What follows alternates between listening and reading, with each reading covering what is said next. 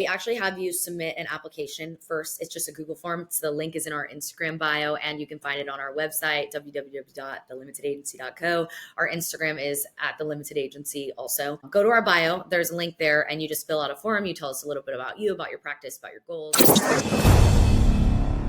Hey, what's up, everybody? Cam Hemphill here, your host for Medical Millionaire. Hey, guys, thank you so much for taking the time to tune into the podcast. Our goal is to give incredible value and insight for practice owners. So wherever you're at in your journey, guys, my entire purpose and mission is to help you take your practice to the next level. Guys, I have a very special guest on today.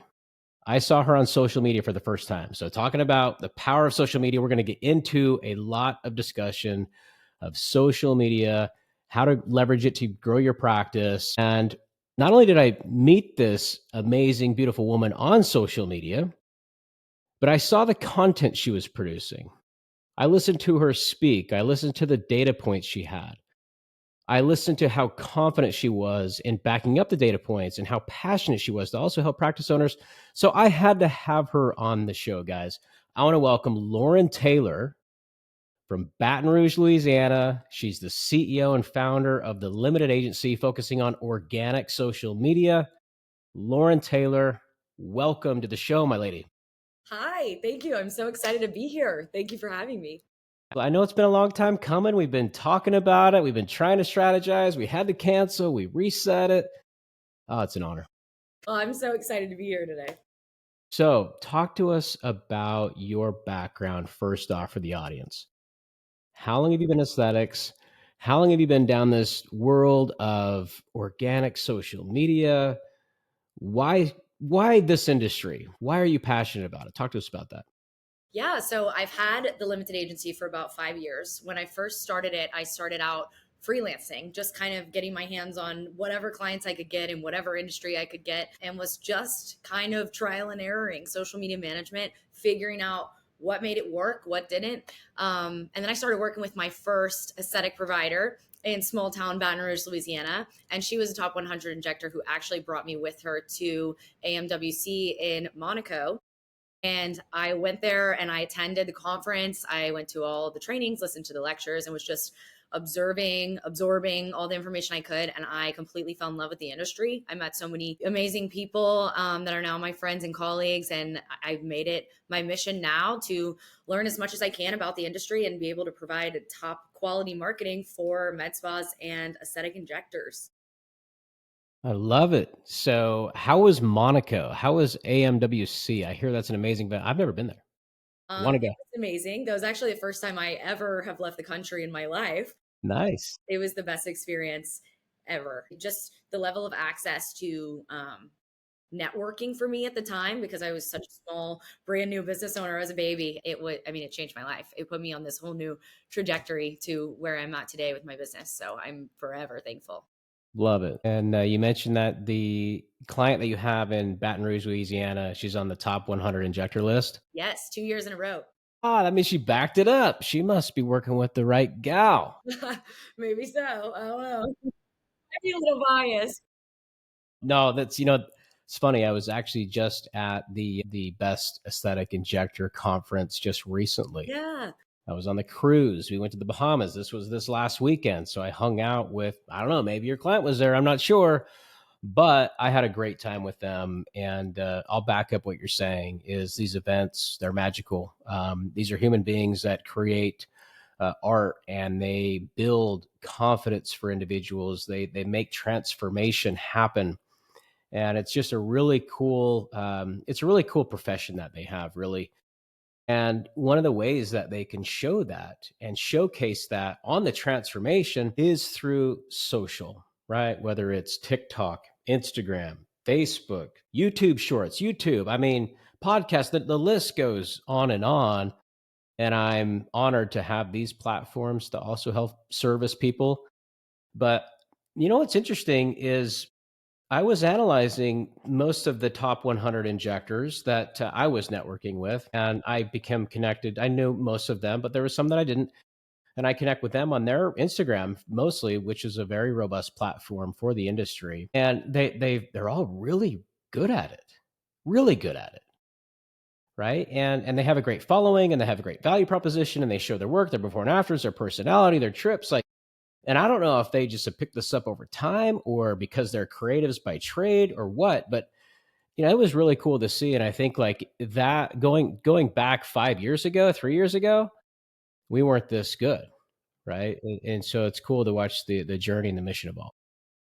Absolutely. It's the people behind the scenes. It depends. Some people work with agencies, some people have people in house that are doing their marketing and their social media, but the ones that do it well are it makes sense why they're also the KOLs, right? Like social media just gives you such a good platform to establish credibility for yourself. So the people that know how to use it and are committed to investing in that see so much success. And they're also just amazing people to work with and they're so knowledgeable about their craft. So why wouldn't they share that on social media?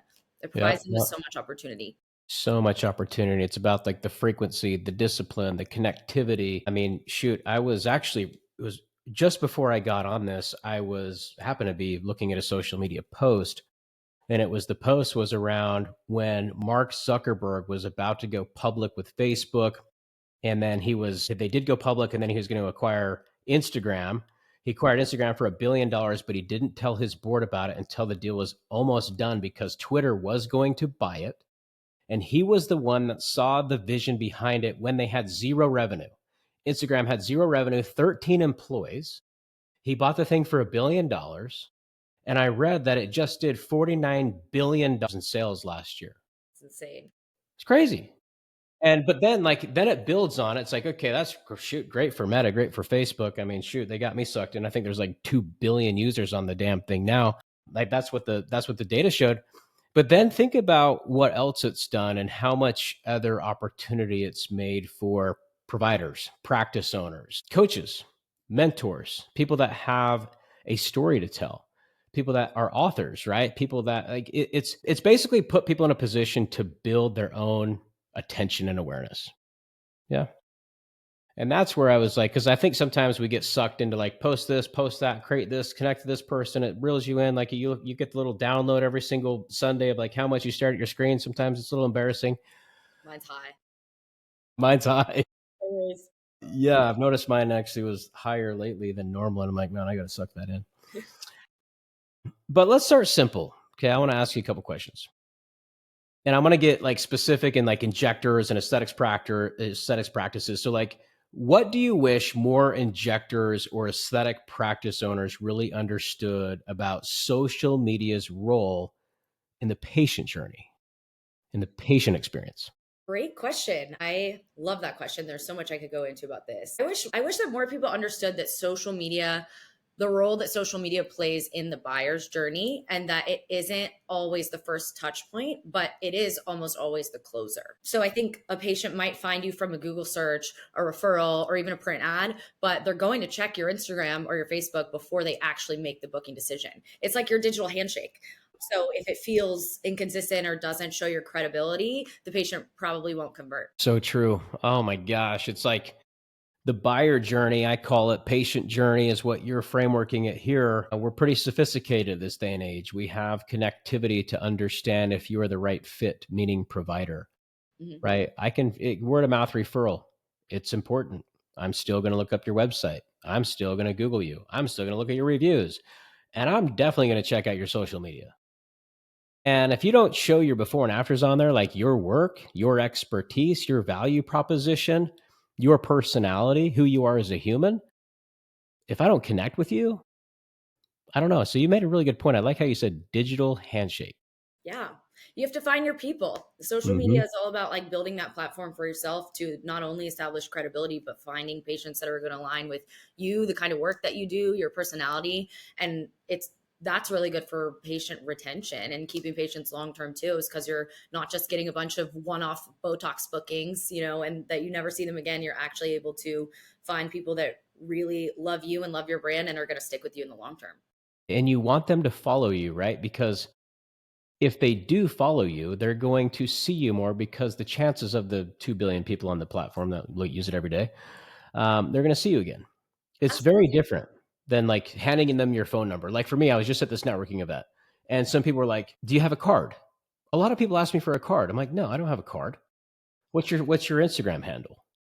And then you follow back and forth, and I can drop a DM. In fact, a provider on the ship, she brought like some vials of NAD, and I was like, oh my gosh, my pills ran out of my NAD, and I wanted some. And she's like, well, how do I get your information? And I'm like, in my brain, I'm like, well, Instagram, of course, Mhm. right? I didn't want to give her my number. I didn't want to like get her email. And I'm like, I'll just follow you and I'll drop you a DM. And I did. And she like it's a digital business card as well. That and now we follow each other. So now I'm going to figure out who she is, and who knows, we'll probably do business in the future. Absolutely. It's great for how repetitive you need to be for sales too, because it's not only just exchanging information and then you have to try to cold reach out after that. It's like you're following each other. Now it's confirmed that they are going to see your stuff all the time. It also is really good for, if we're talking about patients, upselling. If a patient follows you on Instagram and they continue to follow you for 2 3 years, they may start out just coming to see you for Botox, but down the line they're getting Sculptra, they're seeing you post about laser treatments or whatever it is, and you're just upselling, and it compounds over time. I love it. And it's free. I mean, yeah, I mean, it costs money to like create a post and to put the time into it, make the content.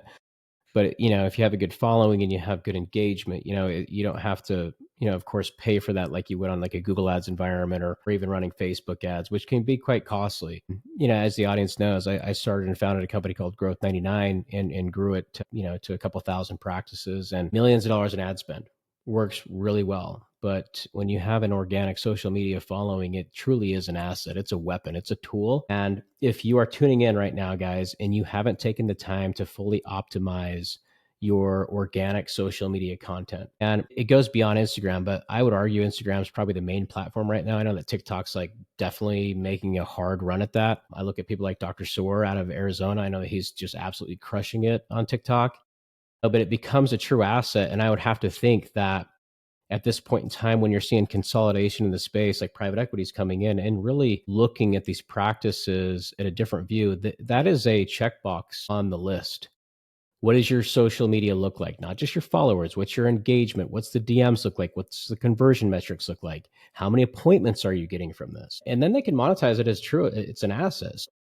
They just ask you a question. So how does a practice know if their social media strategy is actually working on the organic side, not the paid side? Because the paid side, it's like dollar in, dollar out, right? And my ratios always were like, if you put a dollar in, you better be getting three out. Okay. But that's easy to measure. That's easy to calculate. And I think it's much harder to do on social. So this may be a challenging question, but I know, since you are the expert and I know that you studied this for a long time and dissected it, I want to know from you, like, how do we truly know if it's working, if it's booking appointments, because that's what they need? Yeah. I love this question. This is a challenging question, but I put so much time into researching this and trying to figure out how I can measure that return on investment, because I feel like marketing agencies now are so quick to say, well, we can't measure your exact return, but we can show your increase in engagement and your increase in follower count and your increase in likes. But if that's not translating to actual patient conversions and patient bookings or product sales or whatever, what's the point? Arguably the entire point of social media is to make more money at the end of the day if you're using it for your business. So I would say that it is measurable. It's messy, but it's measurable. I guess it's just not linear. Like, it's no longer this linear pathway from what am I trying to say? It's no longer this linear pathway from visibility to purchasing. Okay. So the funnel's just different. Google references this model. It's called the messy middle. Mm-hmm. Look it up. It's a really cool series. It's on YouTube.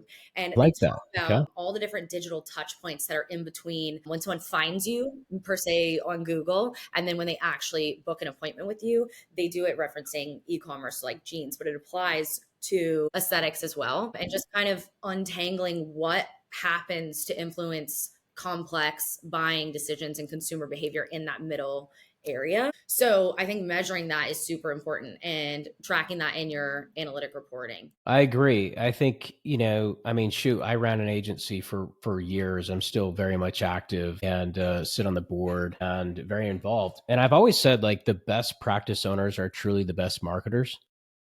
You have to, like, this is a cash pay business, right? There's no insurance check coming. I mean, maybe some of you guys are getting subsidized for some insurance. I'm not sure, but the majority of people that we work with or I chat with, right, it does have to do with cash pay. And in order to, insurance isn't just sending you patients, right? You have to be a great marketer, and then you damn well have to follow that up by being a great salesperson. Not cheeseball Charlie salesperson, right? Like not that's what I'm talking about.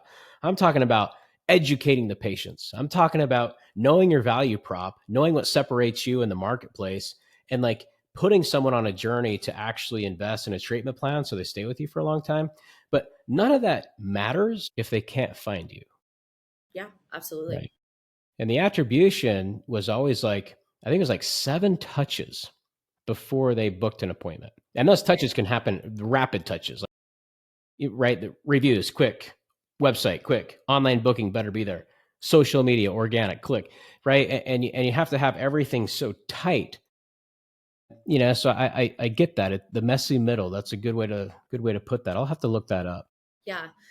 It was a really, really cool study. I think additional ways too that you can look at measurements is profile visits, link clicks, clients that'll tell me that their patients come in and will actually verbally reference specific things that they posted on social media. So then you can correlate some of your upsells to this patient's been a patient of mine for a long time, but they came in because they saw, I believe it was Nefertiti neck lifts. We had been posting a lot about that. And then all these patients were coming to see her, inquiring about them when they had never asked about them before. So I think things like that you should be taking note of. And then also direct messaging, I think is super important for people should be direct messaging you, asking questions as well. So I think those are all ideas. Let me ask you a question on the direct messaging side, because I know that the more you build your following, that DM inbox can become a mess. It can become a disaster. And shoot, I know some of you injectors out there, some of you practice owners, guys.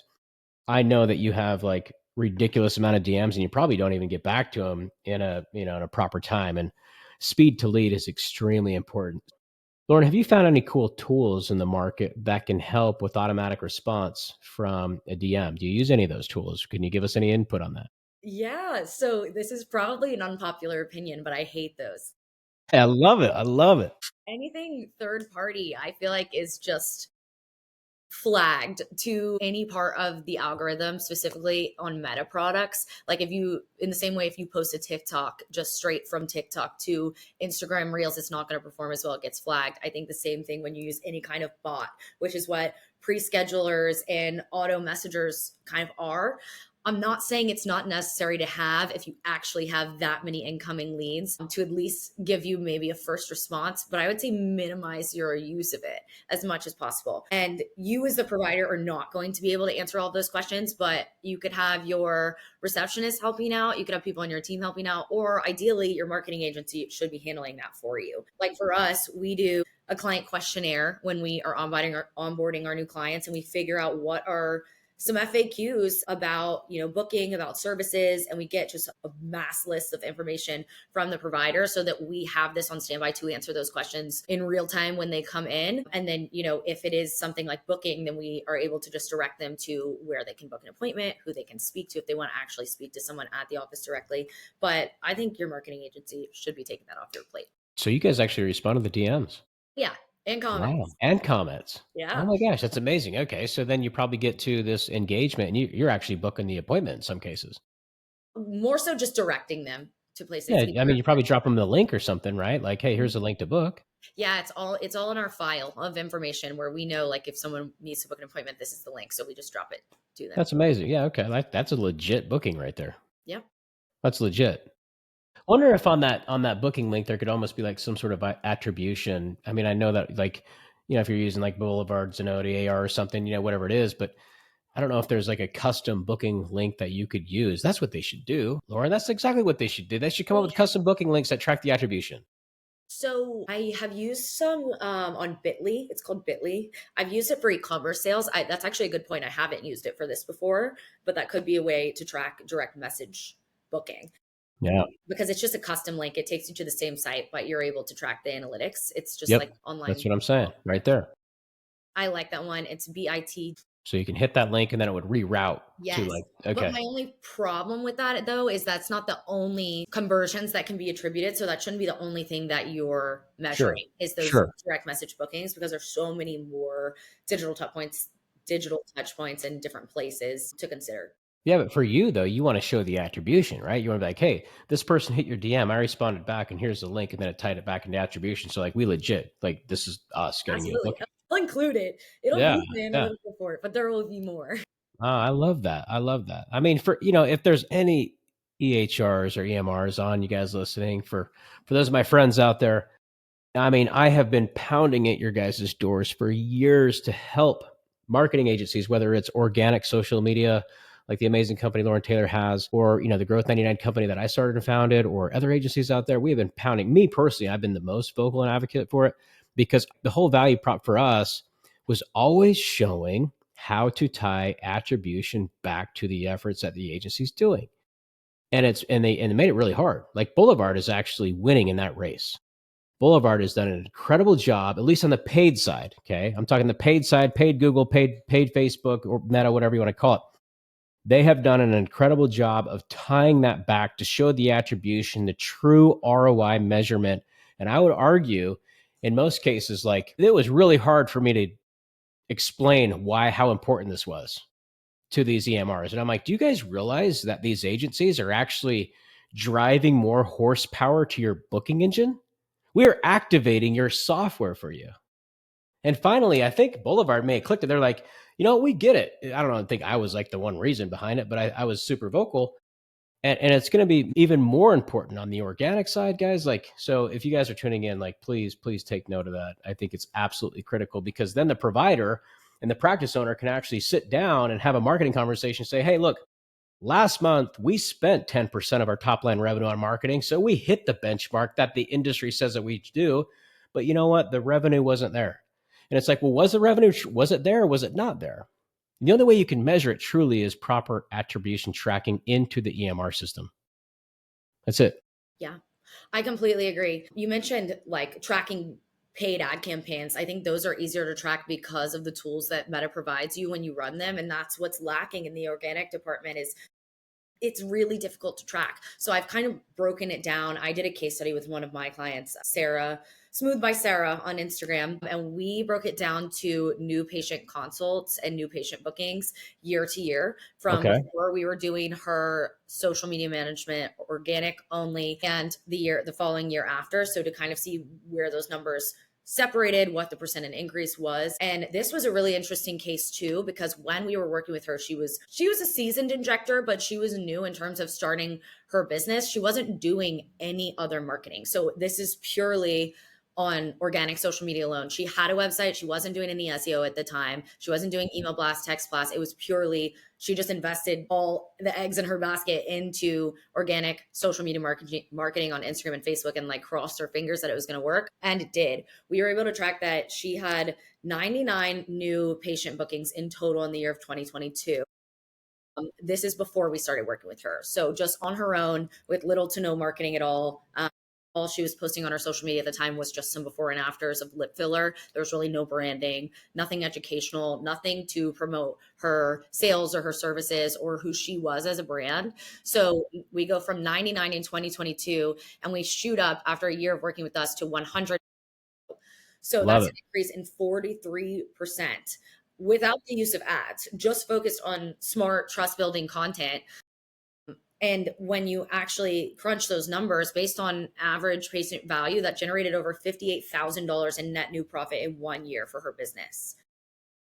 Because those patients return for Botox and other treatments, if you're able to retain them and they stay with you for a while, that return on investment then compounds to over $200,000 across a 3-year period. So the return on investment is there and it is trackable.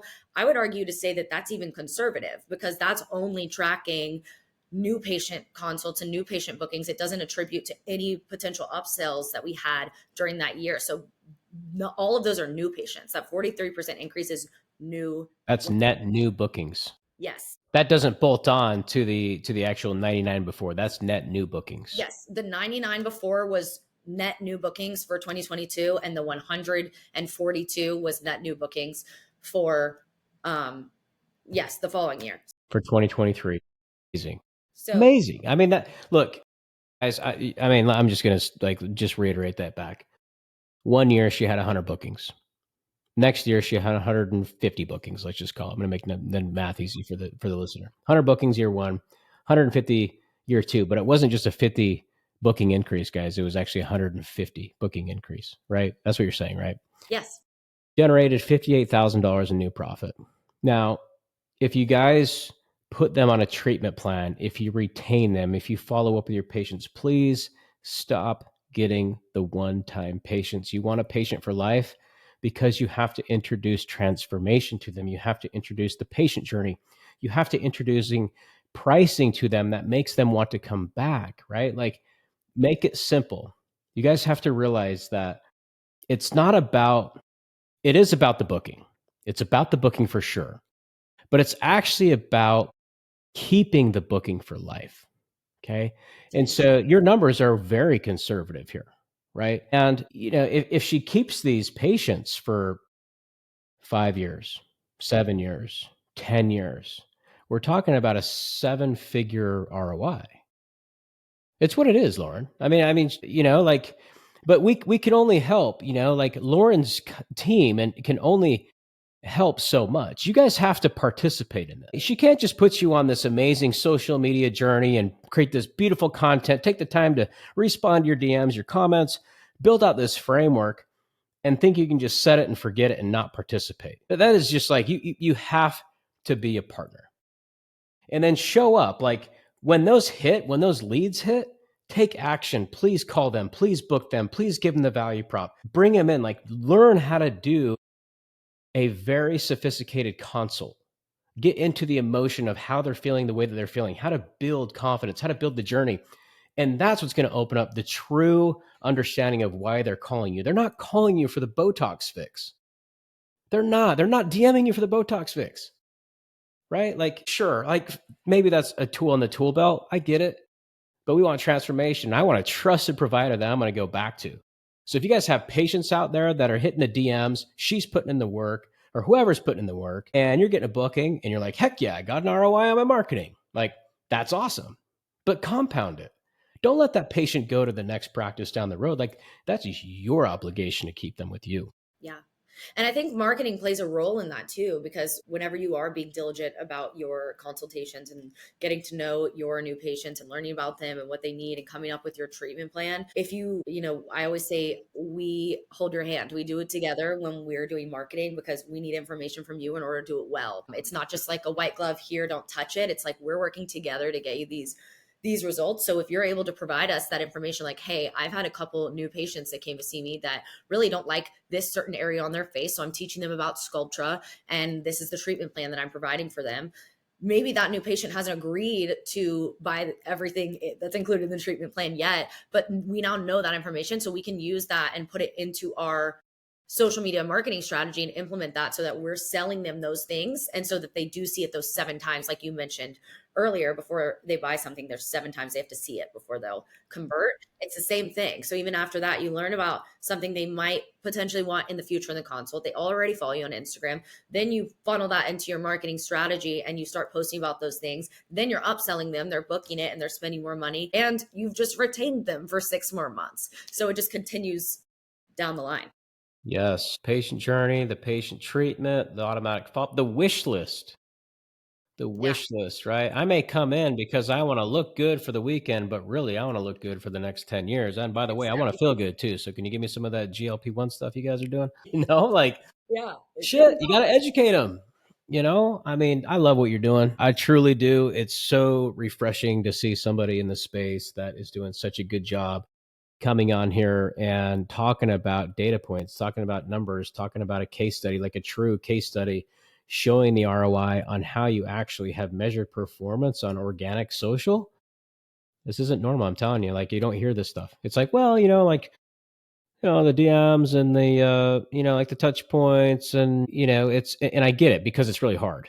Mm-hmm. I get it. Right. So the fact that you went through that exercise, took the time and have the true ROI, like that's huge. You should increase your prices. After I did this case study, I looked at the numbers and I was like, I'm not sure. But yeah, no, it is super valuable information to have. And now it's something that I am implementing for each of my clients because it's so I think monumental for analytic reporting, because previously when I started my agency, and this is most, I would say, agency owners that I know, the way that they're doing their analytic reporting is social media measurement metrics. So like saves, shares, sends, engagement rate increase. And they look at that as like being in the green. But then the clients will come back and they're saying, okay, but I didn't make any money. So I don't Yeah, I get those are metrics too. That's like, hey, I got followers, shares, likes, comments. Name them all again. saves, shares, comments. What else? What else? Likes, Engagement followers, increase. That's engagement rate increase. And so then you get up on you're like, hey, we have a call once a month. You get on the call and they're like, look, we did better this month versus last month. and And they're it's like, like, cool, but like, where's the money? exactly, exactly. So I think that's kind of the hole that I aim to fix. Like that's kind of my mission, is how can we make content without just like pushing trends, because that's a kind of a cheat code to increasing those engagement rates and looking like you're staying in the green, is posting high quality content and following trends and being authentic and all these things that people tell you to do. But it's how to incorporate things that you can actually sell without being super salesy, so they're actually translating into conversions, and then being able to track it so that you can really see if you're in the green and getting your true return on investment. And it's, people don't do it because it requires an entire arm's length of extra effort. I mean, you have to go into your patient's booking portal. Like when I did this case study, I was deep in the archives from like 4 years ago, looking at every single individual patient who was a new patient, what exactly they had done, how much they spent. I'm like analyzing all this information. It takes a long time. But I think that that's something that needs to be done. If you're going to be charging thousands of dollars a month as a marketing agency, you need to be able to prove your success rate, prove what you're doing. And I think also, why would we not need to look at these numbers? Because these are the numbers that are going to show us how we need to adjust our strategy month to month moving forward, so that we can see success and we can increase our bookings and our sales. Yeah. I mean, shoot, bless your heart, girl. This is amazing stuff. I know how hard, like, I know that that work is time consuming, Very. It's worth very it. time consuming. Yeah. It's worth it. It's absolutely worth it because it's our fiduciary to the customer. You know, the customer is going to like, they're going to invest in you. Like, if you, again, marketing has to show an ROI. And look, I know that these green light, analytics are important. Shares, likes, comments, DMs, month over month engagement growth. There is merit to it. And so I don't want to discount, the agencies out there. Definitely, like, I get it. But at the end of the day, if you just flip the script for a minute and say, you know what, I'm a provider and I sell time, that's it. And so how much time did this agency sell for me? Right. And then measure that and be like, okay, cool. I paid them like 5 grand. They sold $15,000 in time for me. I like that deal. Right. And then if you take the numbers even further and say, well, they sold $15,000 of time. I spent 5 grand. The return on that, you guys would probably say what? 10 grand. Okay. It's obviously simple math, but that's not how you should be measuring it. You need to be measuring it based on the lifetime value, because that's what PE looks at. And that's what you guys should. So when you're saying, hey, yeah, we spent 5, they brought in $15,000 in sales. Cool. We made 10 grand. That's great. That's awesome. I mean, you got margin on that. You got costs and all the other stuff, right? Take that $15,000, okay, that you actually put to the revenue horse. How much, Lauren, you have the data on this. I think you sent it over. How much does a loyal patient spend per year? Like on a popular service?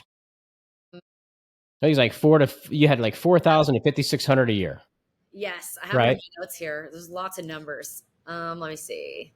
Okay, on average, a loyal patient spends anywhere from $400 to $5,600 a year when you include Botox, fillers, skincare treatments, and Okay. And AmSpa says they stay with you for about 3 years. That's the typical lifetime value. I think that we're missing the mark big time there, to be honest. But let's say they spend, 50, let's just use $5,000, right? So they got $5,000 a year.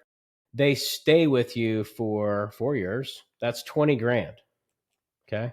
That's $20,000 in lifetime value, right? Per patient. So really it comes down to the actual booking, right? So let's back up for a second here just to get into some more data points. Sorry, guys. The math of this is just like amazingly, it's too good. it's too good. You have to understand this shit.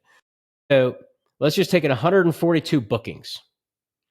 Okay. That case study you did, 142 bookings. Yes. On average, 5 grand per year. They stay with you for 4 years, $20,000. What's $20,000 times 142? What is that number? Do the math for me real quick. I don't math. I'm looking at my notes. Do the girl math. Do girl math. Let's see. What? I'll just do it really quick. For all you mathematicians out there, all you, let's see. 20,000 times 142, 2.8 million bucks. But social media marketing doesn't work.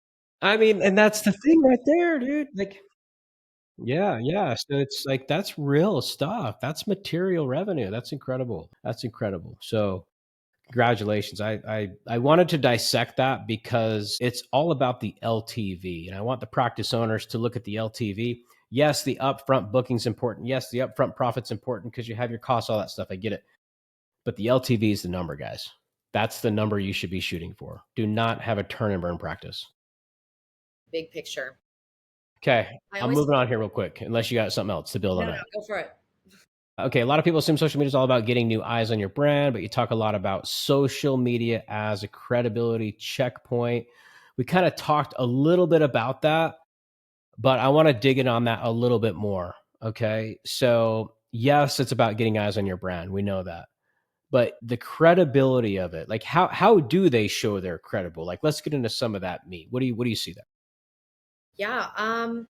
I think one, showing your work, showing your results, but I think showing continuing education is super important. That's something that I always try to implement for my clients is if they're speaking at conferences, even if they're just attending conferences, if they're going to trainings, if they win top 100 injectors, all of that needs to be on your social media because it does establish credibility for you. If you are speaking at conferences and you're giving lectures, you need to be hiring companies to come out and film you so you can use those things for socials too. It's just something about the aura of having a video of you standing on stage lecturing makes you just look visibly more credible, regardless of what you're saying. It's the same way. I don't know if you are going to know what I'm talking about, but maybe last year or the year before on social media, it was a huge trend that people were faking podcasts. So I see that all the time having instead of actually having a podcast, they were taking videos of themselves just with their with a camera microphone. microphone and saying things, and they would perform so much better. They would get so much more engagement just because it looked more credible.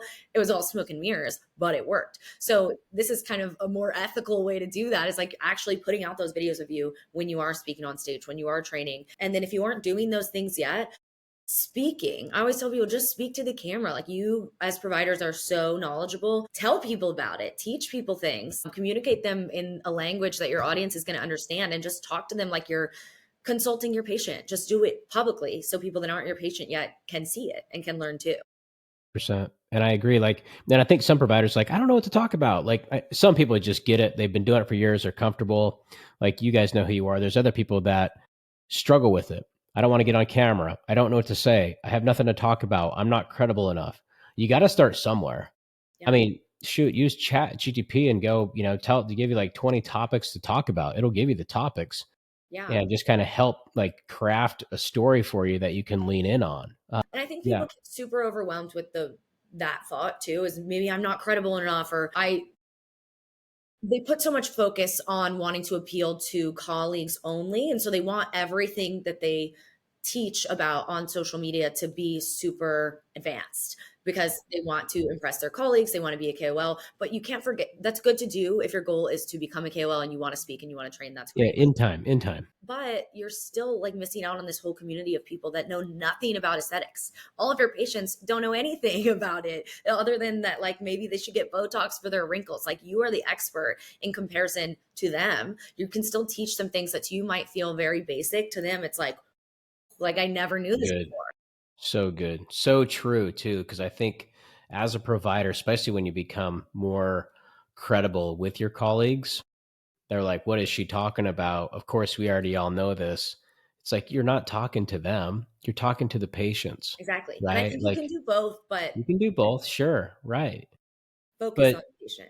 focus on the pay. I mean, yeah, just have like, hey, I mean, you can, fragment your content for sure, but you just know who your audience is. And really, if you're a practice owner, your true audience is the patient, right? And to your point, like about speaking, I have seen new injectors, new practice owners just jump in and start going to conferences and start speaking and start helping and like participating in the community effort of helping everybody grow and learn. Like you should be doing that.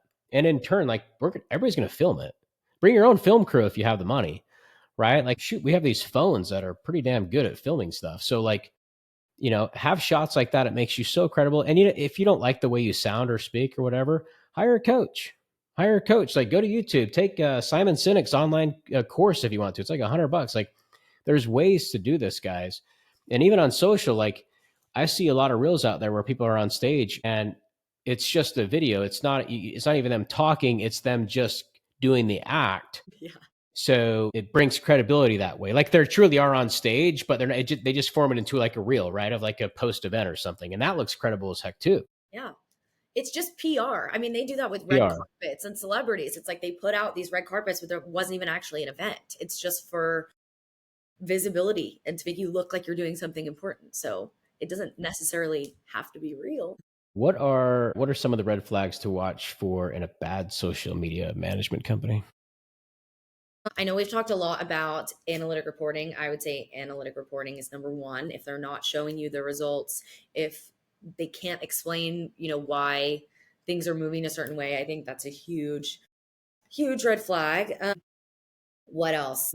I think, yeah, within that analytic report, I think it needs to show traffic from socials to your booking platform, DMs turning into consultations, them actually responding to those DMs and actually monitoring the leads that they're bringing in. Engagement rate should be increasing. If it's not, red flag.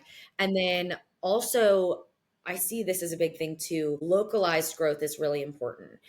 People put such a focus on, oh, I want to have 70,000 followers on Instagram, but you don't need just random followers, especially if you're a Medspa owner. You Good need point. localized growth, right? So actual people that are following you in your area or the area that your practice is based, I think is super, super important. So those metrics and getting clear data from your marketing agency will help you trust them more. I think those things are super important. And then also, if you have questions, ask them and expect them to explain to you their strategy, like what they're doing and why. What else? Trends without strategy, I would say too. And that goes into kind of what I just said about discussing strategy with them. Make sure they're not just posting you to trending audio every day and make sure it's actually well thought out. I'm not saying don't use trending audios. You could use trending audios to sell a product or a service or to benefit you or go hand in hand with your marketing strategy, but it all has to go together. So, yeah, I think those are super important. Okay. What about just this kind of came to me when you're talking. What about like boosting reels? And I know that brings in kind of the paid conversation. It's all created on like the organic, Instagram environment. What about boosting reels on a localized market? What are your thoughts on that?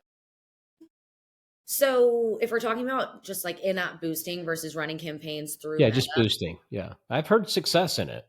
I I've think, never done it, but I like we never did that because we'd actually run the campaigns through like the ad manager. But yeah. I've heard people have success from it. So I've done both. Before Okay. I got into aesthetics, actually, I did e-commerce work for retail brands, like online retail brands, so clothes, that kind of stuff, selling like physical products. And boosting works more for visibility, whereas running them through Meta and through Business Manager, like an actual customized campaign, works better for conversions. So if you're just kind of trying to get quick eyes on your brand, I think it's fine. Boost it. I Brand mean, it's awareness. but it's not necessarily gonna be the right people that would actually go in and book as you can, because you know how you can get super super gritty when you're like building out a custom ad campaign and actually Yeah. going in and building your audience and all of that. You can't do that. I mean, you can do that for a boosted post, but it's not as intense. It's not as enhanced. Yeah, Yeah, it's pretty broad. It's pretty generic. it's pretty basic. Like you could go in and do it yourself and you would get the same results probably as if I did it for you. Now, if we're running a custom ad campaign in Meta, that's totally different and way better for conversions, I think. You know what the thing is too is when you do a boosted reel, this is for the audience too. When you do a boosted reel on Instagram, Apple takes a massive cut on that. Like they make a ton of money on that. Yeah.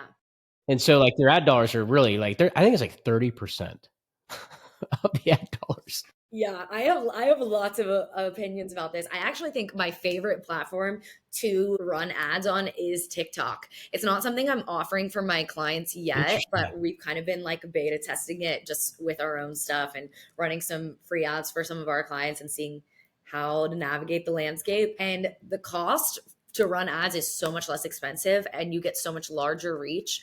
I I love it. So if you're not Interesting. using TikTok, look into it for And sure. you guys do organic TikTok as well. Yes, that's Okay. my What are favorite. the platforms that, oh, is it? Okay, cool. Shoot. I mean, for the audience, guys, I just spun up a TikTok account. It is like, from a marketing background guy. My gosh, I should be embarrassed saying that. But It's a newer platform. I ran the agency for years, and man, it's a lot. So okay, yeah, and I've heard a lot of success on the TikTok side. So you guys, like, there you go. There's another platform for you to go jump on. Yeah. You're seeing a lot of engagement there, and I know that Dr. Soar out of Scottsdale has also seen a tremendous amount of success. Is what he told me. Yeah, I think TikTok is great. My only concern about it is I would say Instagram and Facebook, like meta products first, especially if you do want those localized followers. Like if you're trying to pick which one to start with, start there. And then TikTok can be an Hmm. additional avenue because TikTok is not as localized.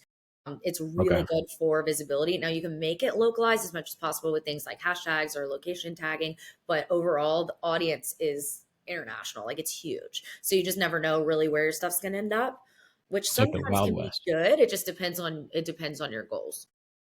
I love it. Well, thank you so much for joining Yeah.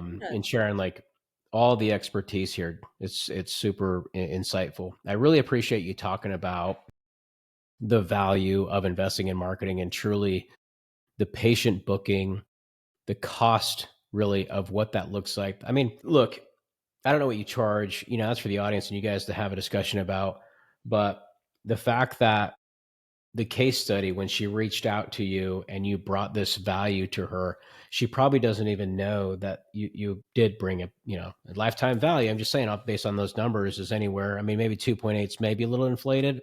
I don't know, but I just ran some quick math there, and that's what I come up with. So, I don't think it's going to be south of $2 million in value. I told her after I ran the case study, I was like, look at this. Are you aware that I made you this much money? And she was like, I love that you figured that out because I had genuinely no idea. But That's she has amazing. seen so much success. She now has 3 locations when we started to Cool. go on. So it's definitely worked. It's cool to see the numbers. Love it. Love it. Well, this has been an amazing conversation. So thank you so much for joining. And if people want to find you, if they want to connect with you, if they want to hire you, if they want to learn about, I'm sure you do some sort of analysis, right? Like they come in, you connect, you have a conversation, you kind of do an analysis. Like actually, before we hang up, talk to me about that really quick. I'm just curious to know like what that engagement process looks like. Yeah, for when I book new clients or Yeah. So if I'm interested, I want to practice, I want to come work with you, or I want to have a conversation, like what does that look like? How can I connect with you? And then what is that? I'm sure it's like a consultation or a demo or something. How does that look like? yeah, so we actually have you submit an application first. It's just a Google form. So the link is in our Instagram bio, and you can find it on our website, www.thelimitedagency.co. Our Instagram is at the Limited Agency also. Go to our bio, there's a link there, and you just fill out a form. You tell us a little bit about you, about your practice, about your goals, your, revenue, profit, all the things. And you apply to work with us, and we take a look at that. We dive into your socials, and then we'll have a discovery call. We learn about your pain points and your goals, and then we get started from there. I love it. I love it. I appreciate it. Thank you so much. Guys, go follow her. Go check her out. She's got some incredible content, and also she does a lot of cool stuff outside the office as well. So I follow her. She's super cool. In fact, she was in my area recent, and you got to come back down to the 30A area, and we'll hang out.